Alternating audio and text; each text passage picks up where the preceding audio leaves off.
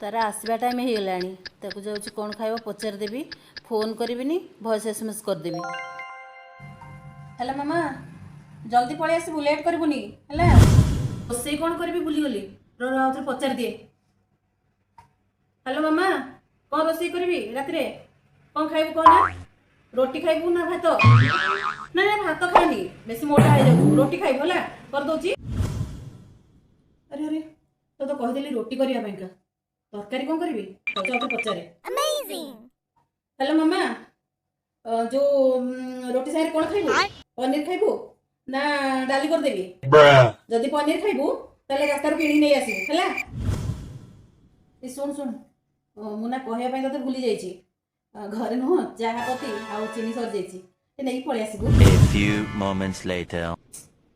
एजाए भी रिप्लाई देनी रह दौच ते रिप्लाई जो दबुनी ताले वॉइस एसएमएस शिखौथु सुन रिप्लाई करबुन तो न करे आसबू निजे करबू निजे खाइबू है मु किछि कर परबिनी।